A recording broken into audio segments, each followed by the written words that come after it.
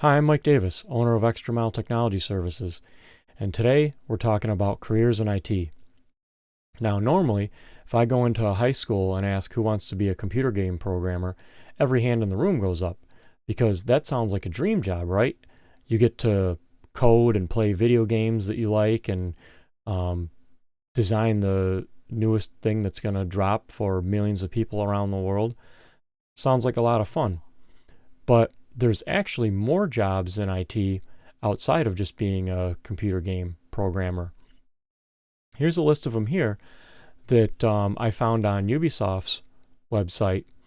And you can see there's a lot of things that you might not even think about. And there's jobs that are coming out like monetization lead or something like that. You know, the person that is in charge of how to make money off of a game that you're giving away for free. Those types of jobs didn't even exist a few years ago. So it's not like you're going to have a college degree dedicated to it, okay? Now, if you're thinking about the traditional programmer, all right, let's just take a look at a generalist programmer for Ubisoft and the job description on their website, what they're looking for in that position. Notice there's some pretty intense stuff here. You basically have to have some professional experience working somewhere else doing this kind of stuff before you're going to get a job with them. And as you get more specialized, the requirements they're looking for are more specialized and a bit tougher. Bachelor's degree and then years of experience with some of these languages. So if you're not going to be able to do that right out of college, what about maybe getting an internship? What do you need for that? Well, here again, pretty serious requirements because think about it. If every young person wants to be a computer game programmer, they have a huge pool of talent that they can pull from. So they're going to ask for a long list of difficult requirements. And not on this list is other skills that they're looking for in a good gaming programmer. They're looking for people that are team players because the games that are coming out today are so involved that you need a team of people to create them and code them. And they're also looking for someone that can tell a story because it's not enough for a game to have really cool graphics and that kind of stuff. There has to be a reason for the character to be trying to find his way to the end or pick up the sword or whatever. And you have to make it enthralling so that after they play your first release, they're going to want to buy the next release. So now that we've talked a little bit about some of the different jobs, where are those jobs? And this is something that you may not have thought about, but if you live in Rochester or Syracuse, New York, the closest place that you're going to be able to find to work at one of the major gaming companies, the Microsoft, Electronic Arts, Ubisoft, those ones, is in Montreal. That's a 4 or 5 hour drive from where we are. Now, something else that comes into play is you probably think, oh yeah, but I'll be making lots of money. Well, here's some sample salaries, and yeah, that might look like a lot of money in a small town in upstate New York, but the cost of living in those cities is also pretty high. So you might not be making as much as you think. So if you're starting to think, okay, maybe computer game programming isn't for me, what else is out there? Well, there's a lot of other jobs. You can start off working help desk, doing repair stuff. And these are great positions because you almost always have somebody with more experience supervising you, so you've got someone to go to if you get stuck, and you can learn a lot in those positions from the people above you. And then as you get further on in your career, you can specialize in one thing or another. You can learn CAD, computer-aided design, and then combine your IT knowledge with the CAD knowledge, and then you can become a CAD specialist or something like that. Now, to do any job well, you need three things: skills, knowledge, and talent.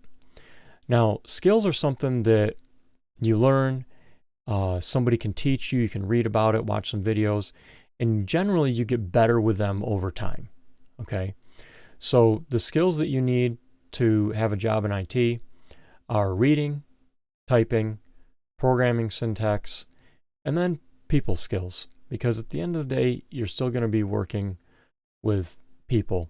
And as you hone those skills, they just get better as you practice them.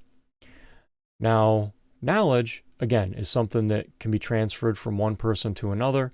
And at first, the knowledge that you need in IT is things related to the environment that you're in, such as how to do your day-to-day job. But as you get further along, it's like knowledge of your competition and what's going on in the industry and in your surroundings, that kind of stuff. Now, talent is the third piece that you need to do any job well. And talent is something that you either have it or you don't. Okay?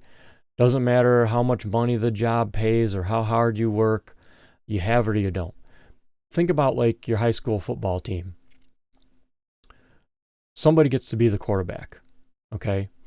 And that person just has the ability to look down the field, see where the guy's running, and know that when he sends the ball, the catcher and the ball are going to meet. And there may be other guys on the team that pay their dues in the weight room, train hard, have a great coach, started playing football when they're 3 years old or whatever, and just have a passion for it. But if they don't have the talent for it, they're not going to be the quarterback, and they're not going to make it in the NFL. Okay? So talent, you have it or you don't. And if you look at this list, probably the biggest thing on there is the problem-solving logic.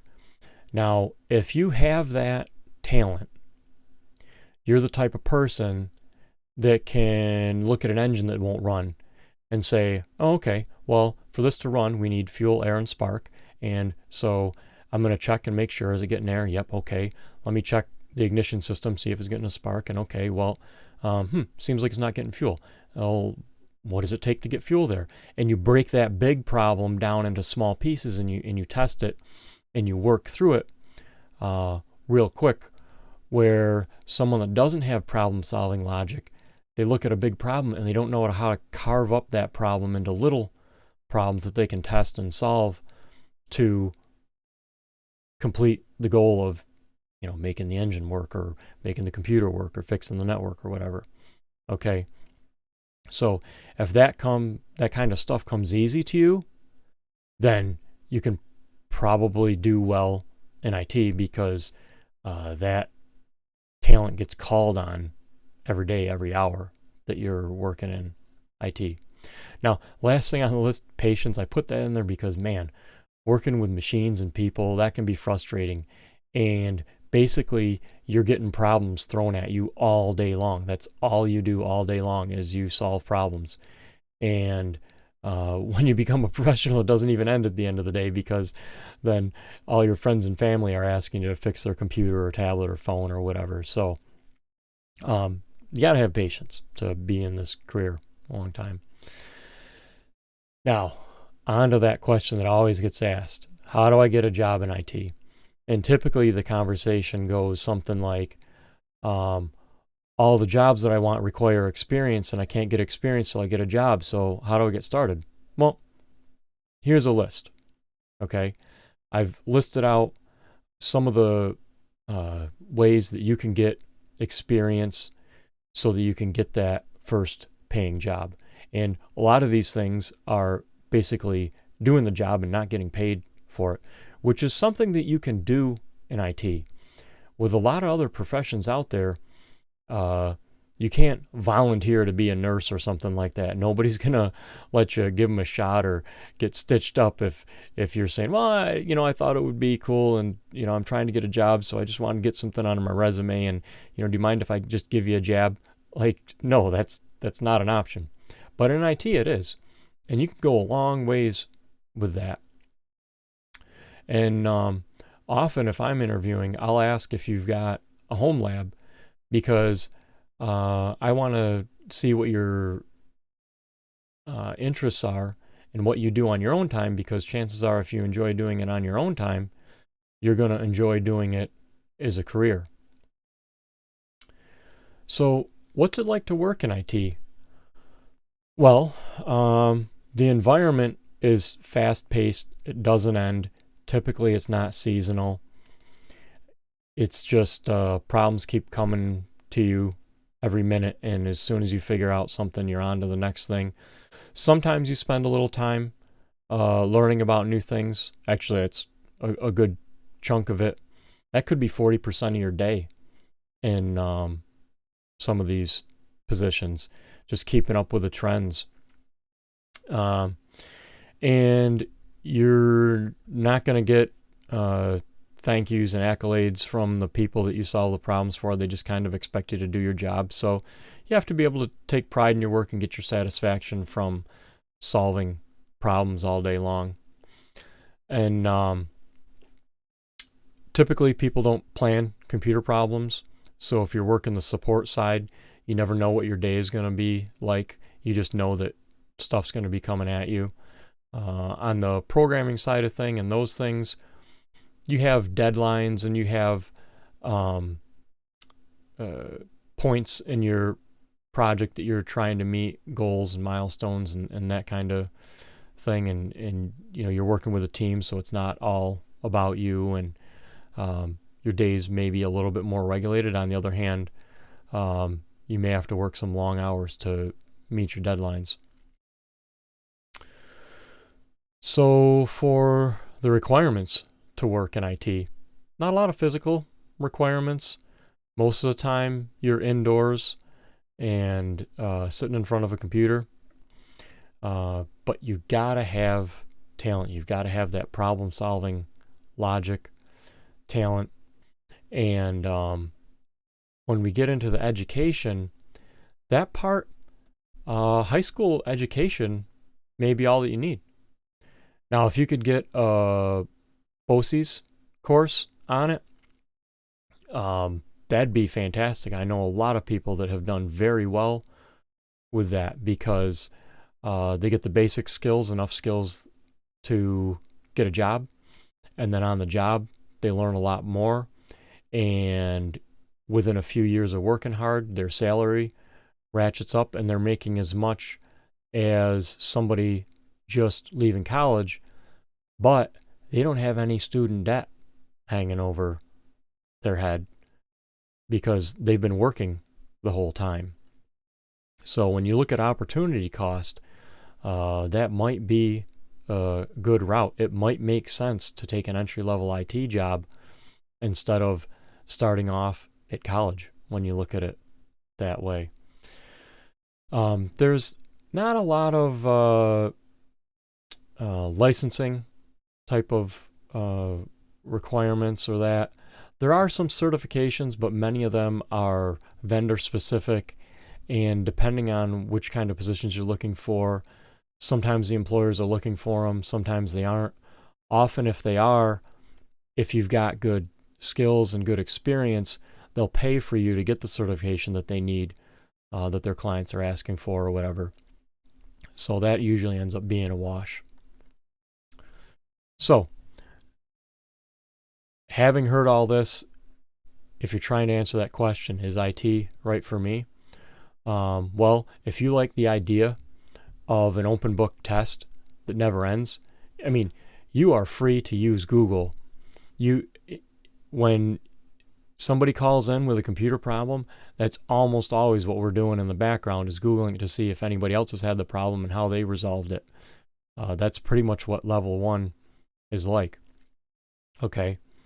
And again, if you like that indoor desk environment, then this could be a good fit for you. If you're always reading about the latest stuff coming out and new stuff coming out, and you like trying to be on the cutting edge and you're always playing with the latest gadgets, this could be a good field. If you don't like change, then IT is not right for you. So my career path.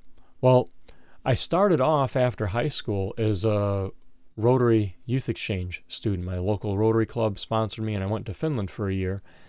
And I went to a high school and then also a technical automation school for part of the day. And I learned how to program robots and stuff, and that was a lot of fun. And so when I got back, I changed my major and I started off at community college going to what was it called? IT, microcomputer systems or something like that. And I went to one semester of college, and then I got a job at Beardsley Design, the architects and engineers, and just as level 1 help desk, and I started working there.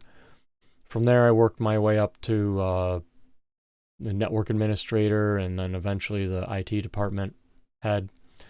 And after that, I became an IT consultant, and then I started Extra Mile, and we're primarily a managed services company, and we support small and medium-sized businesses by outsourcing their IT. We give them a flat monthly fee, and we take care of everything with a cord. Phones, computer, network, firewall, all that stuff. Whatever's going on, we take care of it, and then we do the help desk for that. And so that's been my career progression. Now, currently, I'm an advisor for the Kew Onondaga BOCES and also the Kew Community College program. I eventually did get my 2-year degree from Kew Community College. So if you listen and you think back a little bit, when I was talking about high school versus college, I'm not against college. I'm just saying to young people, take a look at those costs and weigh those out. Run the numbers as if you were going to be investing in a stock or something like that, and see if that investment is going to pay out the way you think it's going to. Okay, so yeah, I did get my 2-year degree through night school. That said, nobody's ever asked me about my degree. It's always been, can you fix my network and that kind of thing. Also, I'm the Spice Corps administrator for the Syracuse area, and if you get on spiceworks.com, there was a slide earlier when we were talking about how you can gain experience. You can go on Spiceworks and try to solve problems for people, and even if you can't solve problems for other people, you can at least read and see how other professionals are listening to what the client is saying, and then their logic behind how they're trying to help them resolve that problem. So great website to get on if you're starting out. And you can even make a name for yourself there, so that if you do apply somewhere, you can say, hey, here's my name on Spiceworks. Check out all the points I've racked up helping other people. And then the employer can go and look and see your logic and the types of questions you're able to answer and stuff. So with that said, again, my name is Mike Davis, and my email address is mike@extramile-tech.com. Feel free to reach out if you've got questions about different careers, if you're weighing a few things out, or if you want to do a tour or something and see what a day is like in IT. Again, since I did that job shadow in Finland that helped me figure out that I wanted to pursue IT as my career, I'm happy to help other young people check it out and evaluate it for themselves. Thanks, and have a great day.